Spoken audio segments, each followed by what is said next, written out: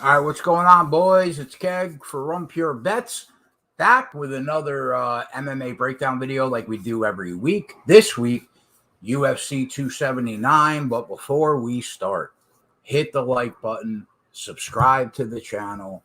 Run Pure doesn't ask for much. Likes and subscriptions to the YouTube channel is basically it. Use the promo code BETS25 off. It'll get you 25% off the first week or month. And obviously the NFL's rolling, college football, baseball's going into the playoffs, obviously. And, from JJ to his dad to Joey, Tyler spread, they got you covered. So we're going to break it down. It's been absolute total chaos, this card, the last 24 hours. But I'm going to break it down as quickly as I can for everybody. And then after that, we have I'll be live on my YouTube channel for the live betting show all day from 3 till 1 o'clock in the morning. So if anybody is not doing anything, wants to come and hang out, we'll be over there on the live betting show for the Sports Keg YouTube channel. And that's it. So let's break down this card. Darian Weeks, Johan Linnes. Okay, so Darian Weeks comes in still looking for the first win in the UFC. Has not gotten a win yet. The loss to Ian Gary, lost to Brian Barberena. And when you think of this, when you think of Darian Weeks, you think of an average fighter. It's not great, not bad, average. It's basically what he is. But he does have good wrestling chops. His left hand isn't bad. He's got a nice left hook. Hits behind a solid jab, and tries to at least pressure his opponents when he can corner them. Johan Linnes, huge for the weight class, which usually helps him in fights. Got a big finish rate, carries huge amount of power for this weight class. And he incorporates his kicking game well to set up his hands, especially in the pocket. But the big issue with him is he'll start fast and fade. That's why he could not put away Gabe Green. Gabe Green comes back. Gabe Green gets the win. And it was all basically because Johan Linnes gassed out, that just didn't have third round cardio at all. So the fight seems even to me. That's basically represented on where the odds are right now. Linnes open minus 150. And Darian Weeks is taking money. I mean, Linnes is a even money dog right now, basically. So the odds have flipped. And I get it because it feels like a coin flip to me. But in the end, I will side with the power advantage and the size advantage that Johan Linnes has. I'll pick him to win. If I was going to pick an angle, it would probably be the inside the distance prop at plus 195. But I just want to caution you guys by saying this. I don't like this card from a betting perspective.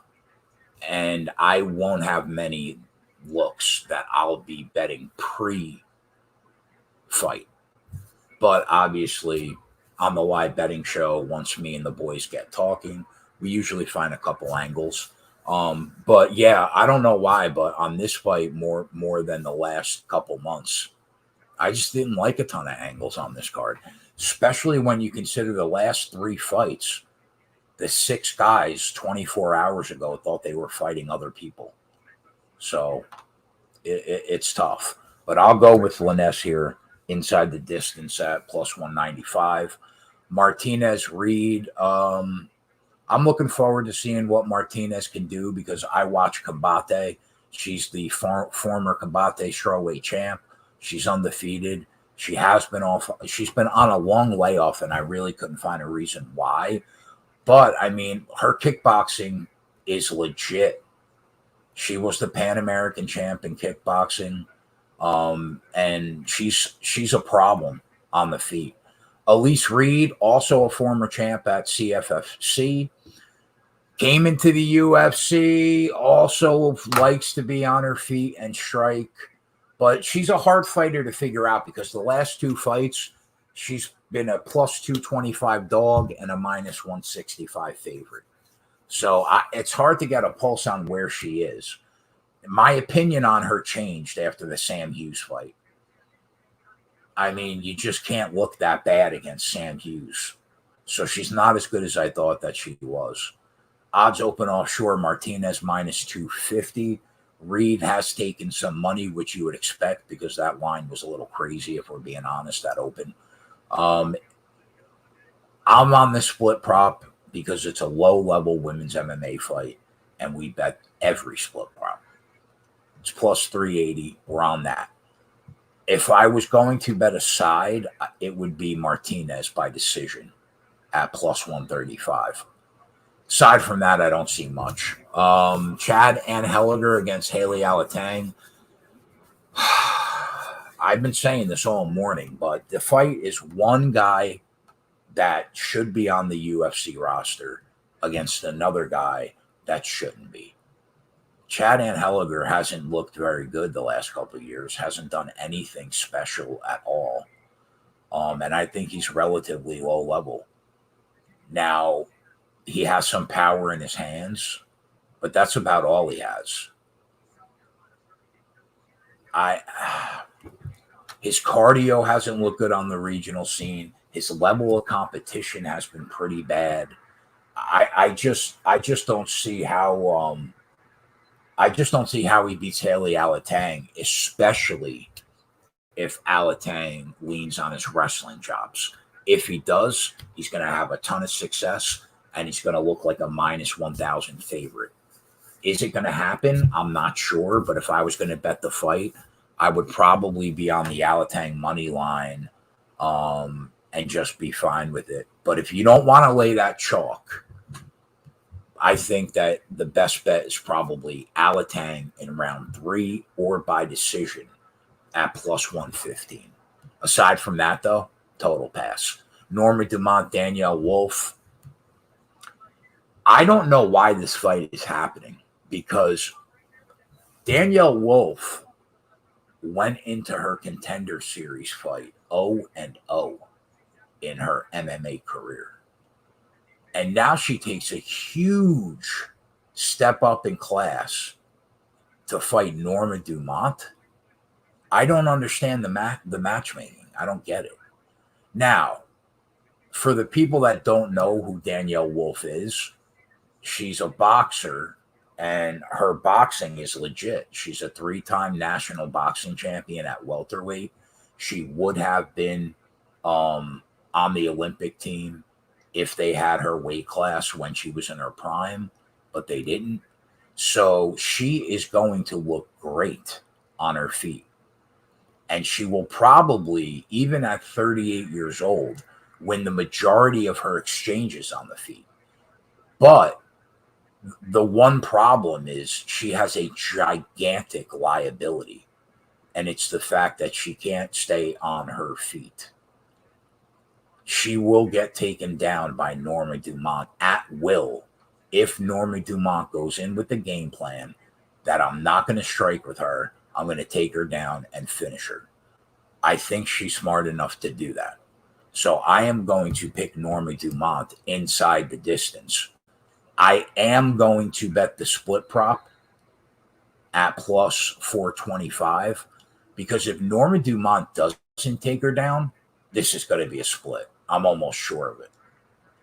And if she does take her down, she's probably going to finish her.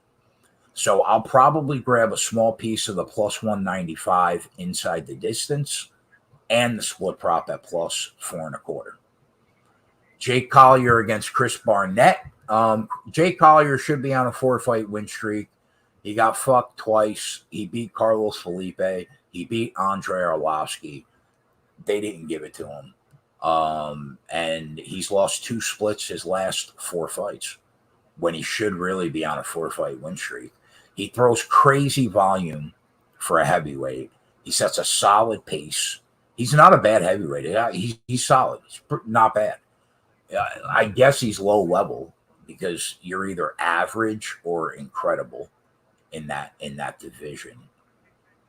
So I'll say he's average, but he deserves to be the favorite in the fight. Fights Huggy Bear, who lost his fiance which is unfortunate. Everybody knows the story on Huggy Bear. He looks like a bowling ball. He looks like Butterbean. He's 5'6" and 300 pounds probably come tonight. So it's hard for him to get inside. Now he is ridiculously athletic considering the way he looks.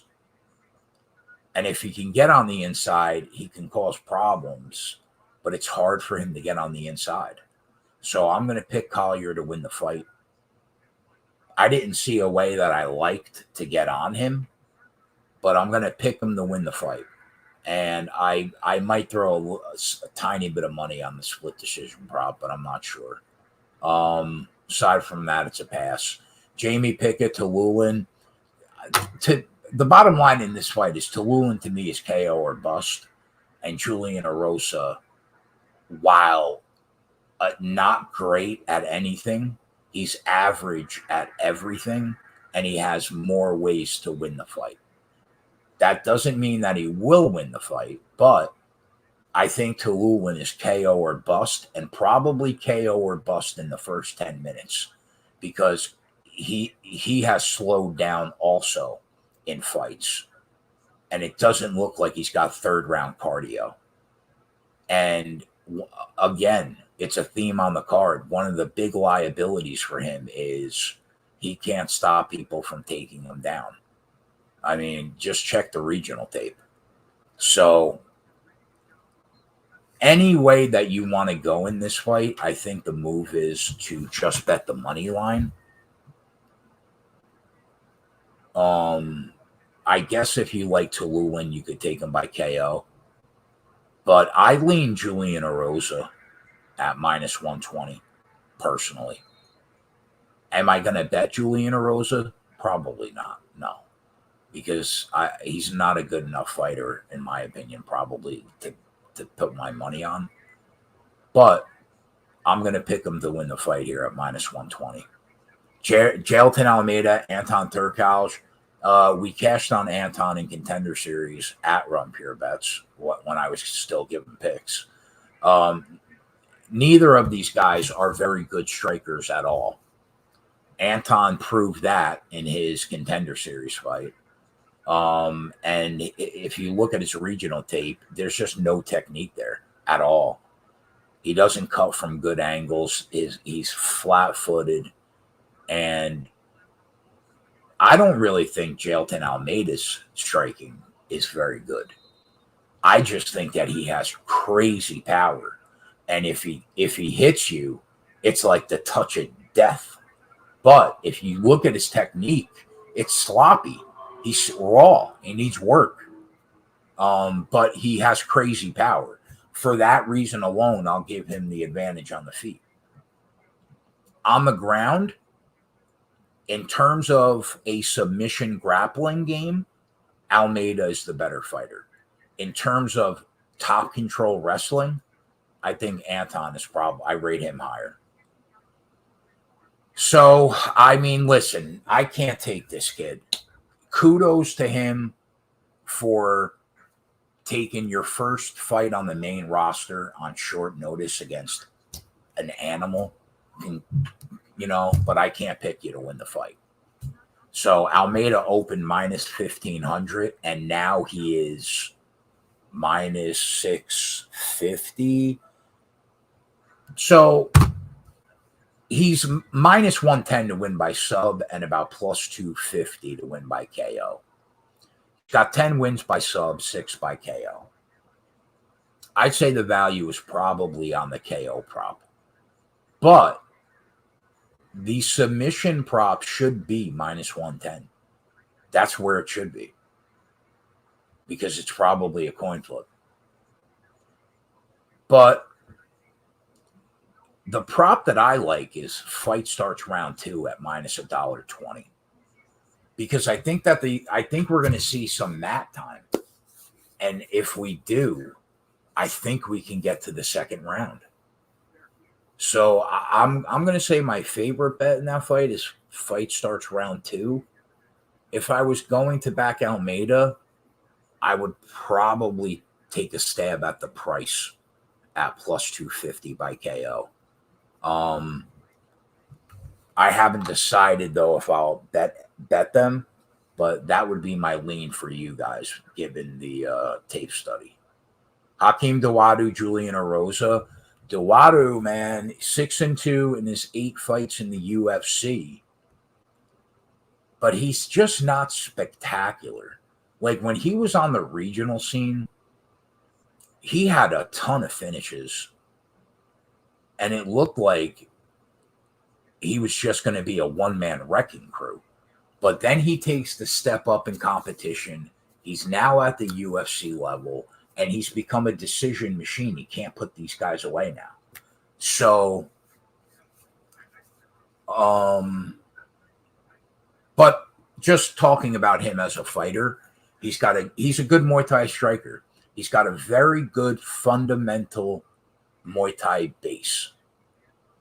And obviously he carries power. He's got a very good jab. And he attacks the body, which is a lost art form in mixed martial arts. He goes to the body and he does it often, which is another thing I like about his game. But he has been hurt multiple times. If you look at his record, yes, he only has 1 loss by knockout, but he's been on rubber legs a few times in the cage, even in some of the wins. But all in all, I think he's a solid fighter, just slightly one-dimensional. Julian Erosa, didn't I just talk about this fight? Oh, that was Jamie Pickett. My bad. My bad. I was picking Jamie Pickett minus 120 against Dennis Tululin. I might have said Erosa, but I meant Pickett. For Julian Erosa, man, he's unorthodox. He's wild. He's got power. He's got a huge advantage in volume. I mean, if you pull up UFC stats right now and you take a look, Julian Erosa averages 6.3 significant strikes per minute and absorbs 6.5 significant strikes per minute. So what's that tell you? Incredibly low volume, but wild and chaotic and lacking in his defensive striking, that he's hittable, extremely hittable. Sometimes because he doesn't take his head off the center line, and sometimes because he's just flat out overextended and just gets bopped. So, but he can hurt you on the feet. And on the ground, his grappling game is solid. If you give him an opening, he will put you down. He's got 12 wins by submission in 27 fights. Here's my problem. My problem with Julian Erosa is how bad he looked in that Steven Peterson fight. Steven Peterson, I'm not even sure if he's still on the roster, but if he is, he's got to be one of the 5 worst fighters on the roster out of 500 plus guys. And like, Peterson gave Julian Erosa everything he can handle. So that's concerning. And that puts a bad taste in my mouth. Listen, the odds open offshore, Dawodu minus 190. Now he's minus 215. If you think to yourself, who is the more reliable fighter in the octagon? It's Dawodu, no question. And that's why he's a $2 favorite here. And he should win the majority of the exchanges on the feet solely because he's way more measured in his approach. And he's going to let Julian Erosa do all that stupid, crazy shit, and then he's going to pick him apart. Now, how to get on Hakeem Dawodu is interesting. Why? Number one, because they're giving you a plus 140 price tag by decision. And if you go and look at how many of his fights end by decision, that's a fair price. That's more than a fair price, probably. But given the way that Julian Erosa fights, it's going to put Hakeem Dawodu in positions, in my opinion, to put him away. So I'm going to lean Dawodu KO at 2-1. And I think that's the reason why that price is plus 140. Because whoever's setting the lines know that too. They know that this fight's probably going to be slightly more chaotic than a normal Hakeem Dawodu fight. So I'm going to lean towards the KO, but that plus 140 price tag by decision is intriguing. Aside from that, though, if you want something more safe, maybe Dawodu and the over 1.5 rounds at minus 130. But I'd rather take the shot on the plus money. Johnny Walker, Kudalaba. Tough fight for Johnny Walker, and it's been a tough stretch for him. He can't do anything right lately at all. Only fighter he's beaten the last 5 is Ryan Spann. Now, he lost to Krylov, you can't fault him. He lost to Jamal Hill, you can't fault him. He lost to Corey Anderson, who's, let's be honest, the best light heavyweight currently on earth. You can't fault him. So, has he looked bad? Yes. Does he have excuses? Yes.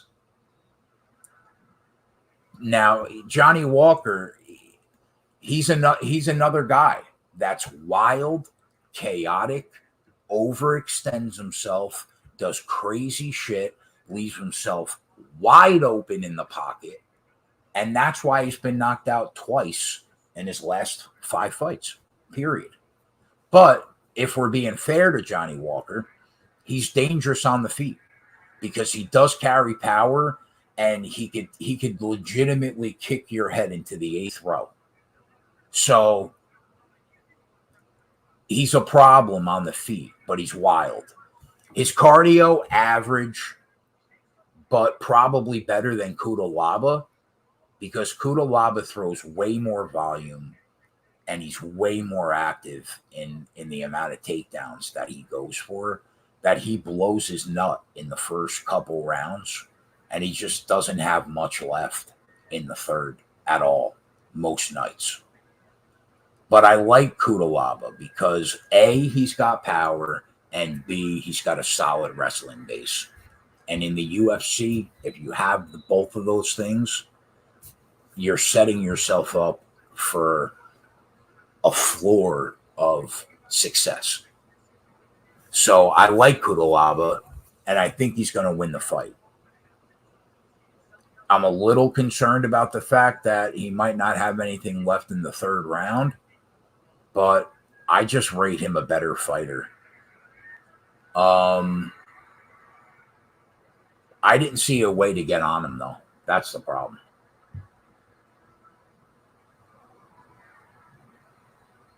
You could take your shot that the fight ends at even money in round 1, or you could take the shot that the fight ends at plus 330 in round 2.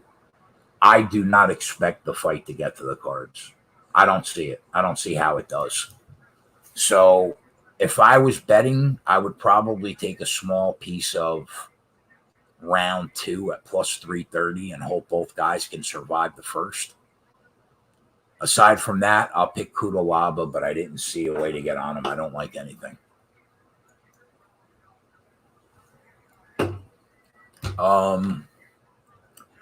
Aldana, Macy, Chassan. We're on the split prop, obviously. At the end of the day, man, the story and the script on Aldana is she's very good on the feet.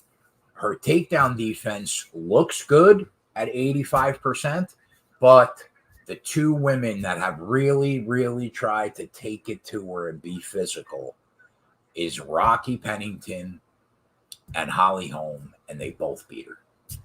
So can Macy Chiasson, who averages over 2 takedowns per 15 minutes, get 2 well-timed takedowns and win the fight? Yeah, she can, definitely. And part of the reason why I like the split prop is because if she gives us 1 round on the mat and she wins, all she's got to do in theory is win a half round out of the next 2 rounds. And our split's looking good because Aldana is way better than her on the feet. And Aldana is going to win the exchanges on the feet. So you got to hope Macy Chiasson can get her down at least once or twice in order for us to get the split prop home. And I think she can. But she's going to lose badly if the fight is all 15 minutes on the feet. So I'm going to pick Aldana to win the fight. And I'm on the split prop at 4.5 to 1. All right. The last 3 fights, total shit show. Everybody's fighting somebody else now. That's what we do when one guy misses weight now. Leach against Danny Rodriguez. I want Danny Rodriguez here. And my guy Johnny, who is on the live betting show with us every day, actually fought Daniel Rodriguez on the street. And he called him a bitch. Hey, how about that? Personally, I think Johnny would get fucking killed by Danny Rodriguez. But apparently they fought at one time. So I like Danny Rodriguez. I'm on him.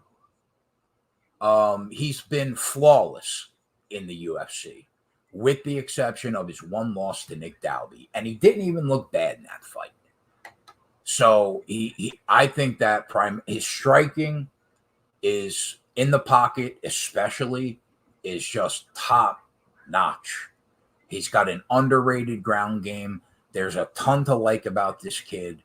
And the only thing that I worry about is, one, that he did have hand surgery a year ago. How he reacts to that, we're not going to really know until he's in there. And number 2, he has not faced the best level of competition in his career. Like, if you look at the people that the Leech has fought and beat, knocks out Salikov for the first time ever. I mean, he's got solid wins on his resume. And he's still in his prime, albeit at the tail end of his prime. So, he's going to be able to keep up with the pace that Rodriguez sets. And Jing Liang is live to win the fight because he's a very, very good fighter. And this is a very close fight. But I'm going to give it to Rodriguez. Even though the fight could go either way, I'm going to pick Rodriguez. Now, getting on him, I mean, if I was going to get on him, I would probably just bet the money line. And if you don't want to lay the money line, you take him round 3 or by decision plus 135. It gives you the coverage of the decision, and you get 1 of the 3 rounds for the finish. That's the way I would go, though. But if I bet it, it will be the money line. Kevin Holland, Chimaev. Kevin Holland's live to shock the world tonight because he's a better striker than Chimaev. Every minute of the fight that they are on the feet, Kevin Holland is the favorite. Every minute they are on the mat, Chimaev is the favorite. And that's this fight in a nutshell. Kevin Holland has way faster hands than Chimaev, carries more power than Chimaev, has 5 rounds of cardio all day, but his big liability is takedown defense. He is going to get taken down here often, and it's going to probably cost him the fight. But every minute he's on the feet, he could win the fight. So what I'm going to do is take Chimaev in rounds 1, 2 or 3 at even money. And I'm going to take a piece of Kevin Holland on the money line to back myself up. And I should win money anyway. If Chimaev wins a 5-round decision, so be it. That's the way I'll be looking, though. Tony Ferguson, Nate Diaz. I'm upset that the best bet on the board, which was the under 2.5 rounds in the Chimaev-Diaz fight, has been canceled. That was the best bet on the board the entire weekend. In the NFL, in college, in fucking Russian tennis. Under 2.5 rounds minus 175 was the bet of the weekend. You put your firstborn kid on it. You put everything you ever had in life on it. It was a winner. We don't have that anymore.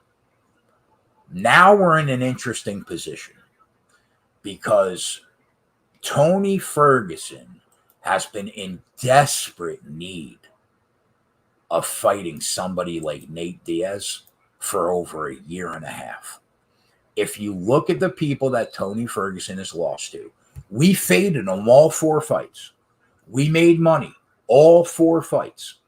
But he has fought the best lightweights in the world back to back to back to back, with the exception of Makhachev and Dustin Poirier.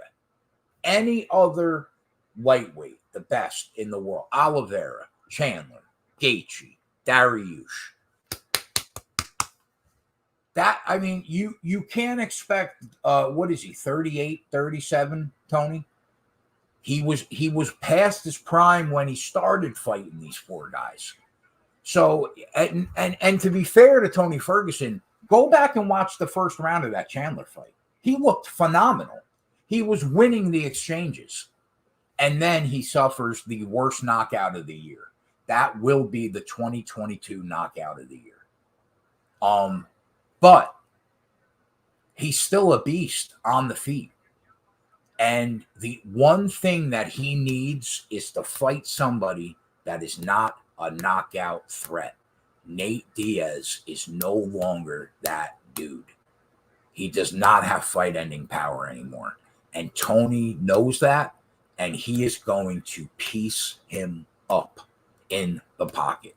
And this fight is going to probably be on the feet because they're both incredible on the ground.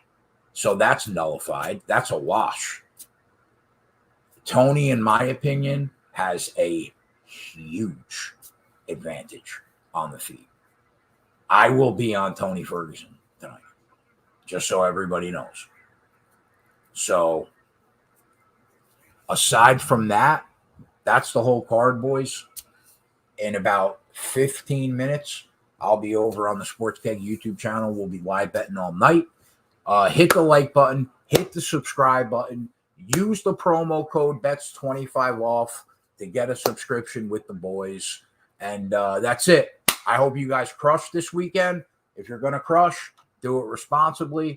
I'll see you guys in a few minutes on the other side. Later.